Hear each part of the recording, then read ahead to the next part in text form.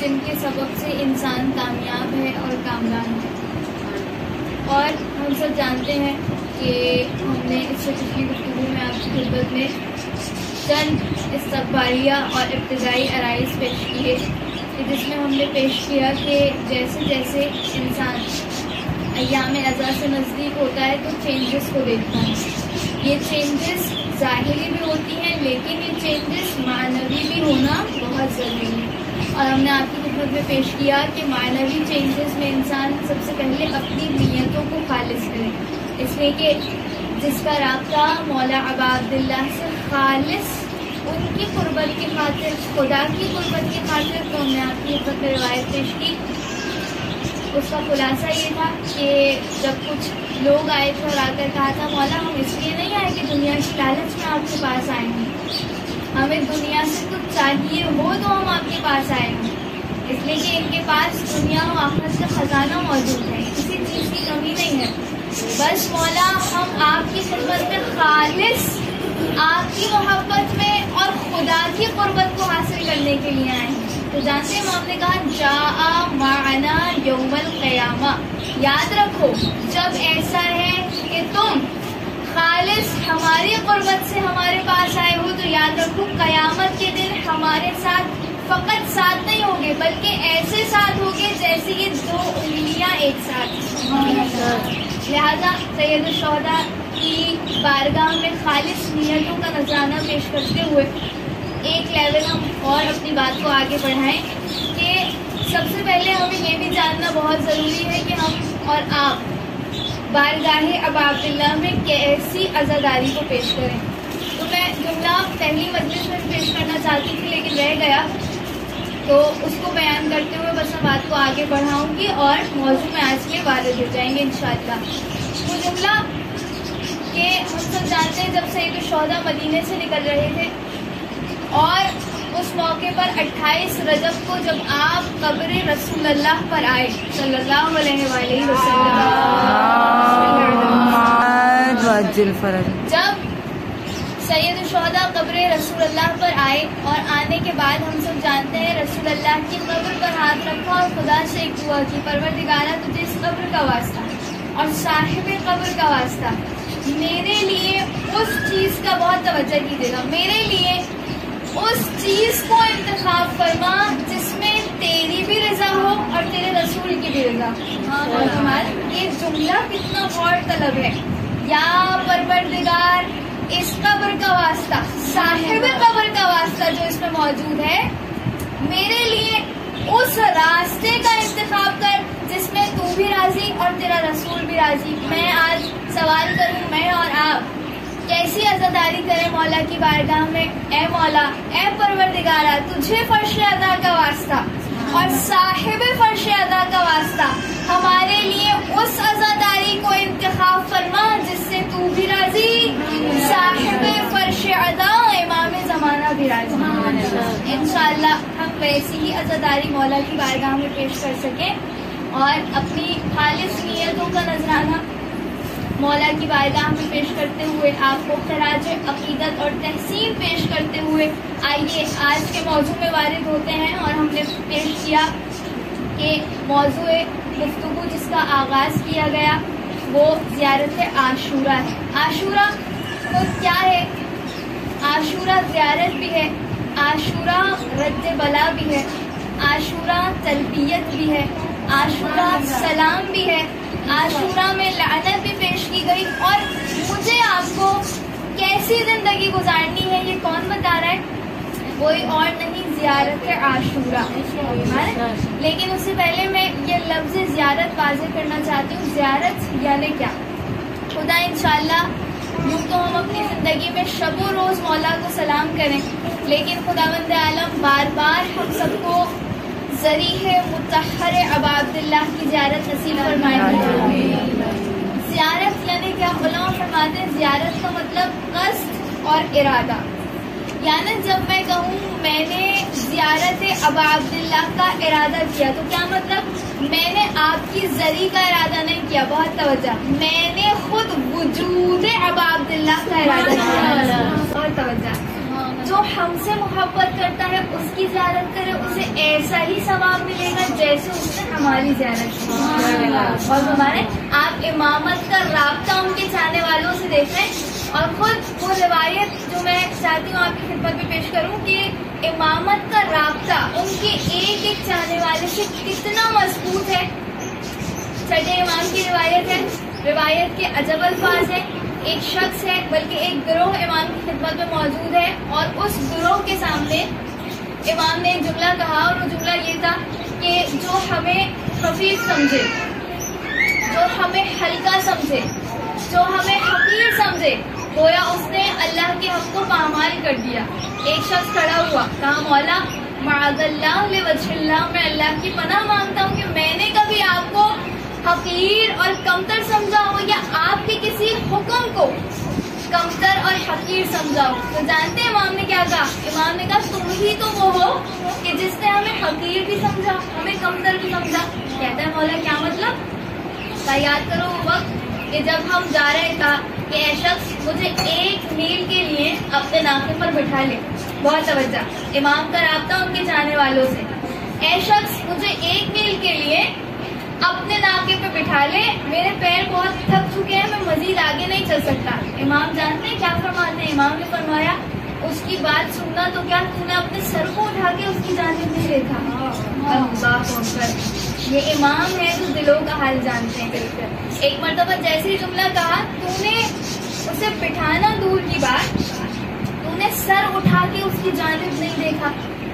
کہتا ہے مولا تو پھر یہی تو ہے کہ تم نے اس کی جانب نہیں دیکھا، گویا ہمیں حقیر اور کمتر سمجھا. تیرے لیے بڑا چانس تھا کہ تو اس کے ساتھ نیکی کر کے ہماری بارگاہ میں بلند ہو جاتا، خدا کی بارگاہ میں مقرب ہو جاتا. تو نے ہمیں خفیف سمجھا، کمتر سمجھا، اپنے چاہنے والے کو، ہمارے چاہنے والے کو خفیف اور کمتر سمجھا. گویا ایسا ہے تو نے ہمیں حقیر، کمتر، خفیف سمجھا اور جس نے ہماری حرمت کو پامال کیا اس نے اللہ کے حق کو ضائع کر دیا. لہذا بڑا احترام ہے. اہل بیت اطہار کس انداز سے میری اور آپ کی تربیت کر رہے ہیں. لہذا زیارت خود وہ مقام اور مرتبہ رکھتی ہے. بارہا امام نے نزدیک کیا ہے کہ انسان ایک دوسرے کے نزدیک آئے تاکہ خود مومن کی زیارت ہو اور یہ زیارت سبب بنے کہ انشاءاللہ حقیقی طور پہ ہمیں اور آپ کو زیارت نصیب ہو سکے مولا کی بارگاہ میں. بس آئیے، زیارت عاشورہ ہمارا موضوع ہے. زیارت کیا ہے ہم نے سمجھا. قصد اور ارادہ، اسے کہا جاتا ہے کہ ہم نے ارادہ کیا ابا عبداللہ کا. جس امام کی زیارت کی نیت کی اسی امام کا میں نے ارادہ کیا ان کے وجود کا. کیوں زیارت کریں، کیا وجہ ہے، کیا ہدف ہے، کیا مقصد ہے. اور بس آئیے بات کو آگے بڑھاتے ہوئے کہ زیارت عاشورہ، زیارت عاشورہ کیا ہے؟ زیارت عاشورہ حدیث قدسی ہے. حدیث قدسی یعنی کیا؟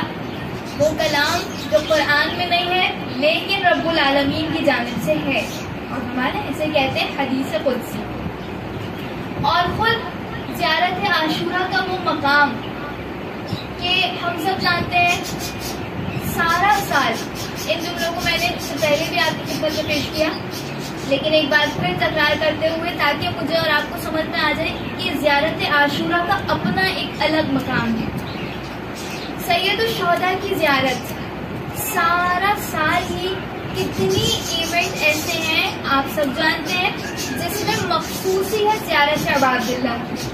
ایسا ہے یا نہیں ہے؟ ابھی پچھلا مہینہ آپ نے گزارا ذی الحج کا، عرفہ کے دن زیارت ابا عبداللہ کی تاکید ہے اور مخصوصی ہے. کتنے ہی لوگ جاتے ہیں مولا ابا عبداللہ کی زیارت کے لیے، جو نہیں گئے وہ اپنے ہی وطن میں بیٹھ کر سید الشہداء کو سلام پیش کرتے ہیں. اور امام کا جملہ کہ جو عرفے کے دن سید الشہداء کی زیارت پڑھے یا کرے 1000 حج کا ثواب ہے، 1000 عمرے کا ثواب ہے، 1000 جہاد کا ثواب اللہ اسے دیتا ہے تو عرفے کے روز سید الشہداء کی زیارت کے لیے جائیں. آپ جانتے ہیں عیدین میں سید الشہداء کی زیارت ہے، اس کے لیے ایک الگ ثواب بیان فرمائے. پھر فرمایا شبہ قدر میں آ جائیے تو سید الشہداء کی زیارت کی تاکید ہے. شب قدر اللہ کی راتیں ہیں، لیکن تاکید ہے کہ انسان حرم عباداللہ میں جا کر اس مخصوصی کو پورا کرے. اور جانتے ہیں ثواب کیا ہے؟ ایسا ہے جیسے اس نے 1,24,000 انبیاء سے مصافحہ کیا.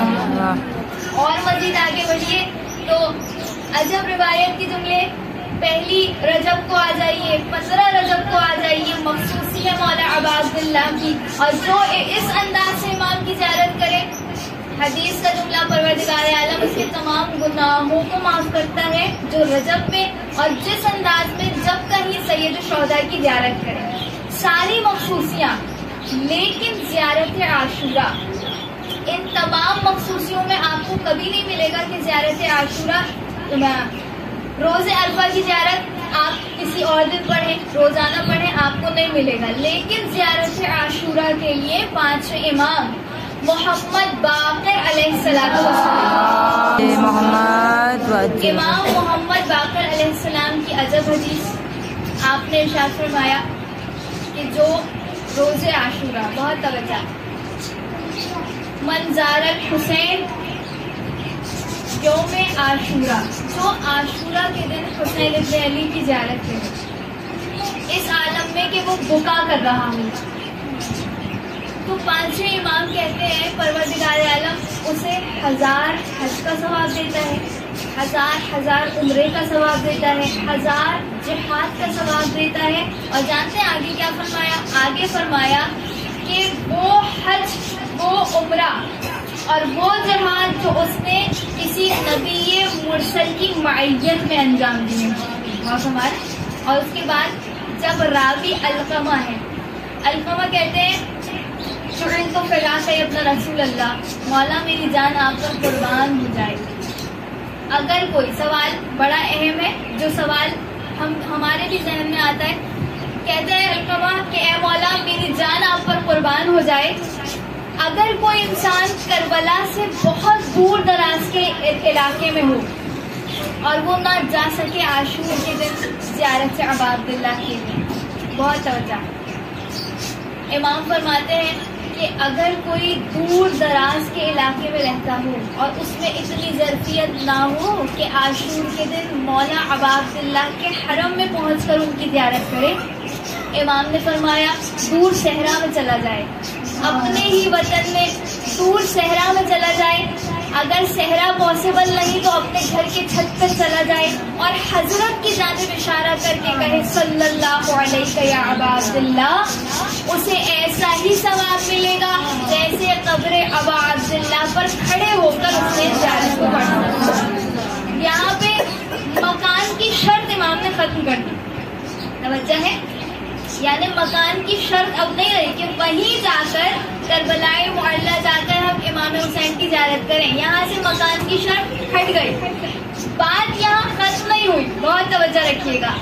روایت نے آگے بڑھ کر ایک جملہ کہا.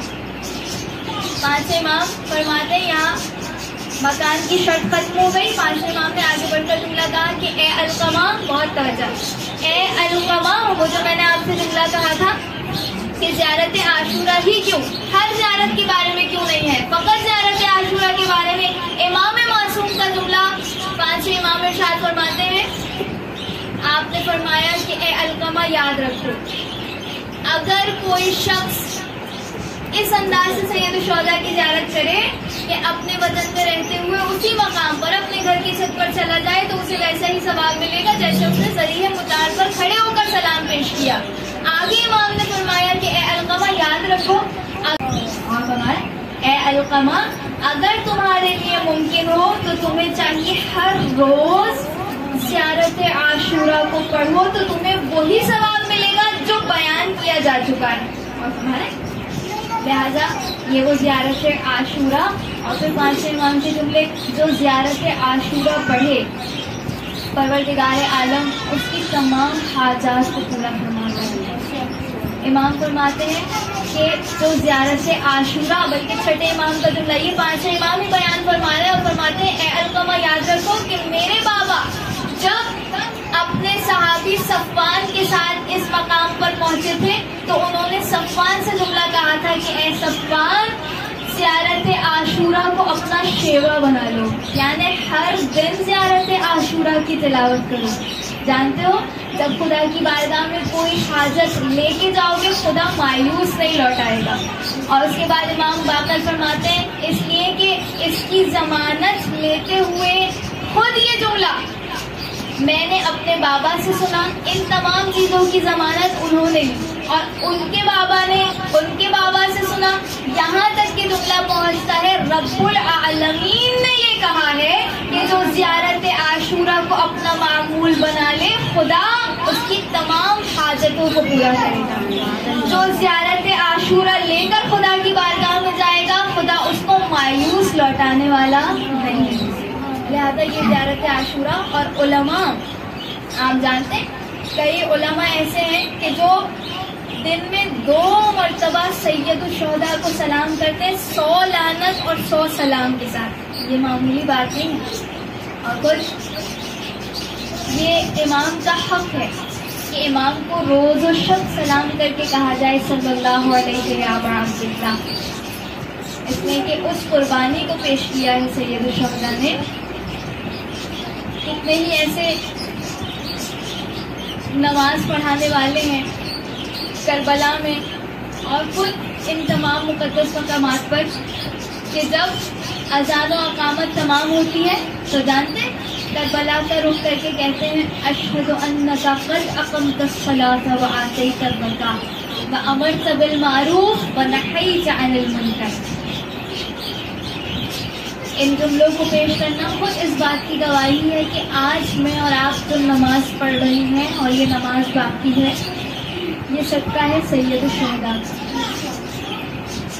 لہذا بڑی تاکید ہے زیارت عاشورہ کے حوالے سے، اور بالخصوص ایام عزا میں پہلی محرم سے لے کر 40 ابا عبداللہ تک 40 روز سید الشہداء کی بارگاہ میں اس انداز سے سلام انسان پیش کرے جو امام کی جانب سے تعلیم کیا گیا۔ تو انشاءاللہ پروردگار عالم یقینی طور سے اس کی تمام حاجات کو اپنی بارگاہ میں بھی قبول فرماتا ہے اور اس کی زندگی کے مقدر کو چمکاتا ہے۔ اتنے ہی ایسے واقعات ہیں جو علماء نے اپنی کتاب میں لکھے کہ زیارت عاشورہ پڑھنے سے غیب سے ایسے معاملات درست ہونے لگتے ہیں کہ انسان واقعاً سمجھ نہیں پاتا کہ بارگاہ ابا عبداللہ سے اس پر کتنی خاص عطا ہو رہی ہے۔ فارسی زبان میں کہتے ہیں بایت کی دمی غافل ازن شاہ نہ باشی، شاید کی نگاہی کر آگاہ نہ باشی۔ یعنی کیا؟ کوئی انسان کسی بادشاہ کے محل میں چلا جائے تو بادشاہ کے محل میں جانے کے بعد کیا ہوتا ہے، وہ محل اتنا حسین ہوتا ہے انسان محل کے نظاروں کو دیکھنے میں اتنا گم ہو جاتا ہے، تو شاعر کہتا ہے بایت کے دمی غافل ازن شاہ نہ باشی، شاید کی نگاہی کر آگاہ نہ باشی۔ ایسا نہیں کرنا کہ بادشاہ کے دربار میں چلے جانا اور جانے کے بعد اس کے محل کی در و دیوار کو دیکھتے رہ جاؤ اور بادشاہ کی نگاہ خاص تم پر ہو، وہ تمہیں کچھ دینا چاہتا ہو اور تم محروم رہ جاؤ۔ ایام عزائے ابا عبداللہ بادشاہ جو جوانان جنت کا سردار ہے اس کی نگاہ خاص، مادر سید الشہداء کی نگاہ خاص انشاءاللہ میرے اور آپ پر ہے۔ پروردگار عالم سفرہ ابا عبداللہ سے کسی کو خالی ہاتھ نہ لوٹائے، اس لیے کہ آپ جانتے ہیں نا سید الشہداء کی ذات ہو کہ کوئی ان کا چاہنے والا ہو اور بات ہے، ایک دشمن بھی آپ کی بارگاہ میں آ جائے تو سید الشہداء اسے یہ نہیں کہتے ہم نے تمہیں معاف کیا، بلکہ گلے سے لگا کر کہتے ہیں یا حر انت اخی فی الدنیا والآخرہ۔ مجھے نہیں معلوم یہ معاف کرنے کی کون سی معراج ہے۔ حسین یہ بھی کہہ سکتے تھے، اس لیے کہ سب سے بڑا مجرم حر ہے جس نے راستہ روکا، جس نے اس بات کا اقرار کیا کہ اے سید الشہداء آج آپ کے خیموں میں بچوں کی العطش کی جو صدا ہے یہ میری وجہ سے ہے۔ اس حر کو سید الشہداء جب معاف کر رہے ہیں، یہ نہیں کہا اے حر جاؤ ہم نے معاف کیا خوش آمدید، نہیں، سید الشہداء نے ابو کو درگزر کی بتایا کہ وہ رحمت للعالمین کے نواسے ہیں، فرمایا یا حر انت اخی فی الدنیا والآخرہ، اے حر تو دنیا میں بھی میرا بھائی ہے، آخرت میں بھی میرا بھائی ہے۔